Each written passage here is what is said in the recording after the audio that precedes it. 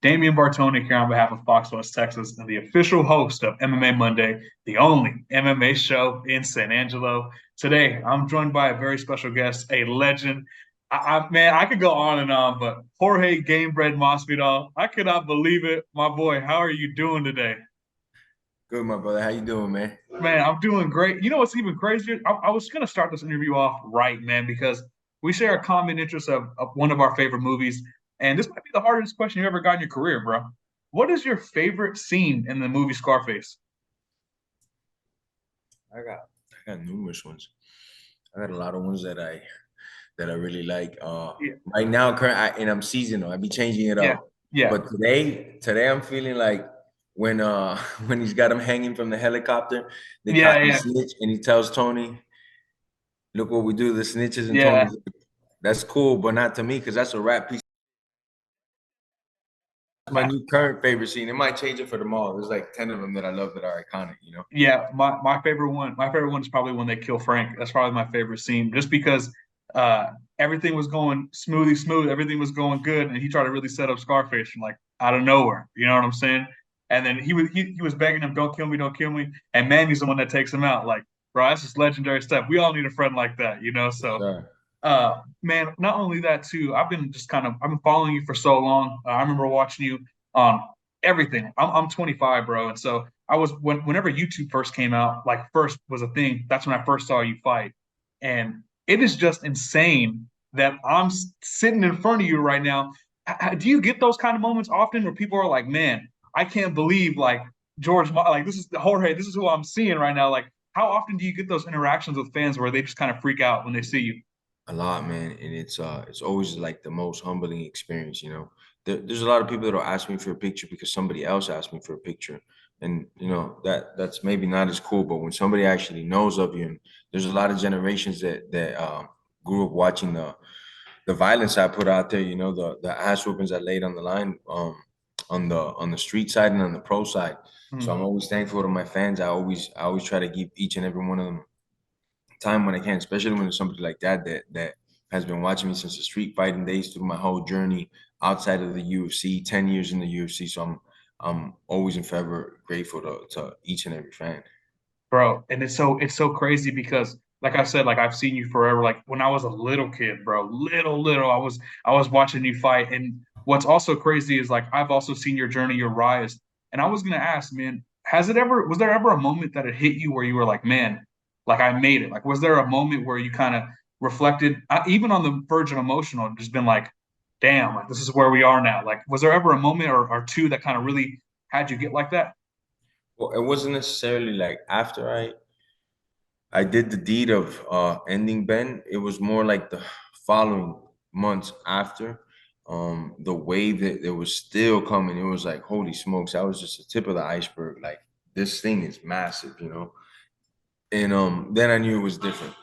That was a milestone in my career. Definitely after that, it was different. And I knew the paychecks therefore would be different, which is what mattered to me a lot as well. Yeah. I'm good at what I do, but now I'm also gonna get compensated for as good as I am, which was a very, very good thing, very upside. I knew that I no longer would be at, this pay rate. I was going to be at like a different pay rate that not a lot of people in the UFC ever get to be in. So it was a very historic moment in my career, something that I always look back to and be able to tell myself, you could always break through no matter what. Yeah, I was wondering too because before that, before you broke out. I mean, in the eyes of the fight fans like myself, we always knew who you were, right? But you broke out to the mainstream since then. And I was gonna ask, what was your mentality going into these fights before you were Gamebred Masvidal, the BMF? Before you were always the BMF, but nationally recognized as that. What was the mentality like? Like, were you ever kind of like not say down on yourself, but were you ever kind of like, man? This fighting stuff, it's just it's not paying off like you thought or anything. It's tough. It was tough. I took a lot of split decision losses fighting hometown heroes in their hometowns. I did a lot of short notice fights all over the world. So it was definitely tough. I had a lot of setbacks. I have the most split decision losses in the UFC. Any one of those fights could have gone my way, you know. And it was like a lot of things had to change, you know. And a lot of times in those, I thought I clearly had beat the opponent, but like I said, it was like in their hometown or something. So I knew I had to do something different if I was going to continue to fight and do the things that I wanted to do. So when I came back in 2019, that was all up for grabs. That's all I wanted to do was just not go to decision with anybody. It was the only thing on my mind. So I knew I wanted to be violent and get it done. And you know, I was coming off 2 losses in a row, so it was like it was tough, bro. It's fucking it could break your heart, this sport, and it could also fuel you with so much fire to keep pushing forward. So every one of those losses was like a win in a weird way because it took a bad habit away from me, or just you know I focused my time or my free time more on something else that was more helpful for me. Yeah, I So was. Yeah, oh, go ahead. If you were. Oh, no, I was going to ask as well because I saw Volkanovski recently had his press conference after his loss to Islam, and I saw you comment. You basically said like, you know, you're an effing warrior. Like you basically you could relate to that and stuff like that. yeah, Whenever you see, you know, the a fighter like Volkan, yourself, and other people, you know, you guys are just as much human as you and I. You just guys just love to fight a little bit more than, or a lot more than all of us. Whenever you know you see moments like that though of humanity and vulnerability from a guy like Volk or even yourself, what is that? What is the whenever he's going to that place and he's you know emotional like that? Clearly, you can relate to that, and you kind of said you could. Can you kind of put me in your mindset about that? What exactly kind of really spoke to you in that you know Volk press conference? or you know, as a fighter, you're never thinking you're gonna lose, but it's always an option. I don't care who it is. It's if even if it's John Jones, which he talks about it a lot. Like I'm so scared of losing. Like he wakes up to these nightmares and stuff, so he puts himself through hell while he's awake. You know, in the training and every session that he does, so he never tastes that fear. You know, so no matter how much a fighter thinks they're gonna win, it's always an option to lose. And I just give credit to guys like Volk, to Usman for stepping up in 11 days for fights of that caliber. You know, there's not a lot of people in our circle that do that. You know, there's a lot of people that take short notice fights to fight a bum, but to fight the world's best Yeah. on 11 days notice, nobody does that type of stuff. And that's the type of stuff that fighters do, you know, and it's not that you're supposed to, you know, you should have your 8 weeks training camp.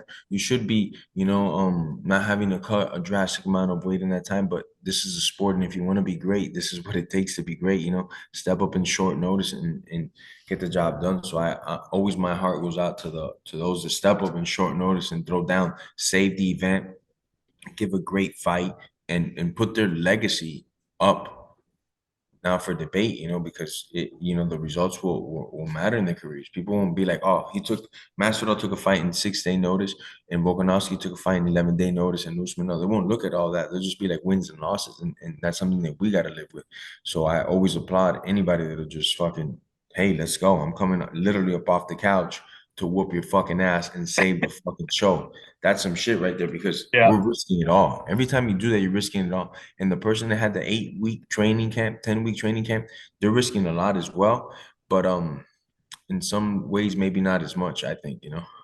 Bro, and it was crazy. I remember when you did that against Usman, when you flew to Abu Dhabi, which is even crazier, right?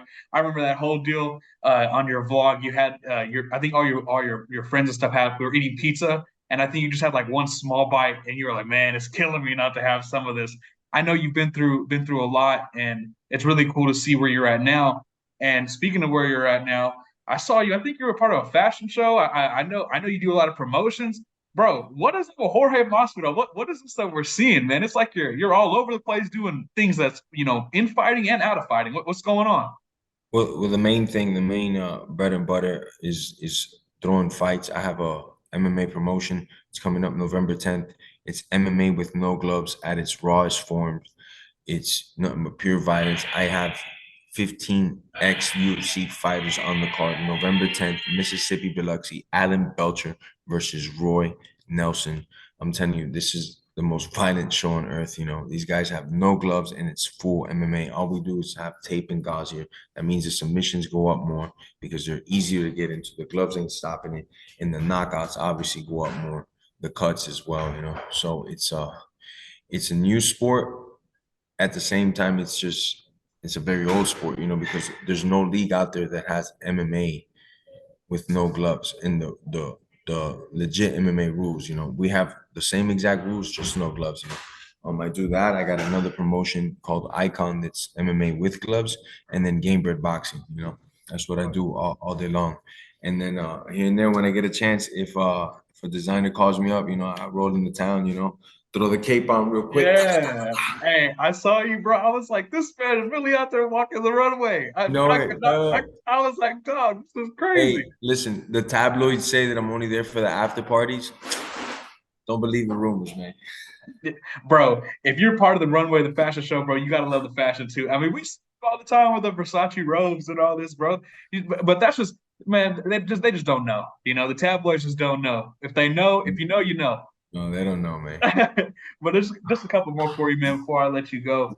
Uh, One thing I wanted to ask you as well was I know a lot of times you've talked in the past about wrestling and you weren't able to have as many opportunities in that department. But now that you're retired, do you think that you might we've seen guys like GSP and others that want to do like grappling competitions, jiu-jitsu tournaments. Do you think that could be you? Do you think you might do that eventually? So let's say this is a great question, right? If we broke up MMA in different disciplines, right? Let's say Taekwondo, karate, jiu-jitsu, boxing, wrestling. The one that I would stand out that I'd actually be able to entertain people, I think truly at a world-class level would be boxing, you know? So you're more likely gonna see me in boxing than me in grappling because I'm not the best offensive grappler, you know. I don't have that, you know, I got a couple go-to moves that I could hit on some really good guys, but overall it's not my game. My game was always to stand up, and this was kind of made me, you know, in a lot of aspects incomplete in my MMA because I should have been able to take guys down consistently, ride them out and hold them down. It's because that's what the game now requires, you know. And I was just more of like, I'm gonna be offensive with my hands and try to knock people out, you know, and stuff all their shots. So you wouldn't see me probably like in grappling now. 2 years from now, different story because I do love grappling. It's my second favorite sport in the world. I love to strike everything over everything, and then grappling is my second favorite thing to do, you know. So I would do some grappling, but not right now. Maybe a couple years from now, 2 years from now. But right now, definitely do some boxing, break some eye orbitals, you know. Bro, well, there's many people that, well, people, who people want to see you fight, man. You know who people want to see you fight. And I don't know if I need to say his name, but I know you guys might be friends now. But everyone wants to see you fight Jake Paul, bro. Tell what is that? Is that an option? I know you guys seem to be cool now, but what, Not even an option, you know. The UFC, I'm on the contract with the UFC and stuff, so that wouldn't be an option whatsoever. But there's other guys that I could box at the UFC would give me permission for. yeah. I don't know if you've seen it, but yeah, everyone, dude, is thinks like because he just announced a fight, and everyone knows that I'm talking to you today, and they were like, ask him if he's fighting Jake, ask him, that's It's the not fight. Jake. Yeah, It's not yeah. Jake. Everyone wants to see that, brother. But man, Nah. I have nothing else for you, bro. This has been really, really dope. And man, I can't thank you enough for your time, brother. If there's anything you'd like to let the fans know, feel free, man. The floor is yours. November 10th, Mississippi, Biloxi. We are hosting one of the baddest MMA cards ever. All the fights are with no gloves. Roy Nelson versus Alan Belcher. This is going to be an amazing fight from top to bottom. We have the card stacked with UFC veterans, dogs, guys that come to get after it. We're paying a lot of money to get these guys in there to give it their all. It's MMA with no gloves. Please don't miss out. And it's also free on my YouTube page. Go check it out. Jorge Masvidal.com and YouTube. All for free. All for the fans to enjoy. Just enjoy yourself. Leave a comment. Let me know what you think about the event, please. We had 1 million views last time in one night. The first night that we dropped it, 4 hours later, we hit 1 million views. Trying to break that this time. So please repost, reshare, let everybody know in Texas. Free fights November 10th.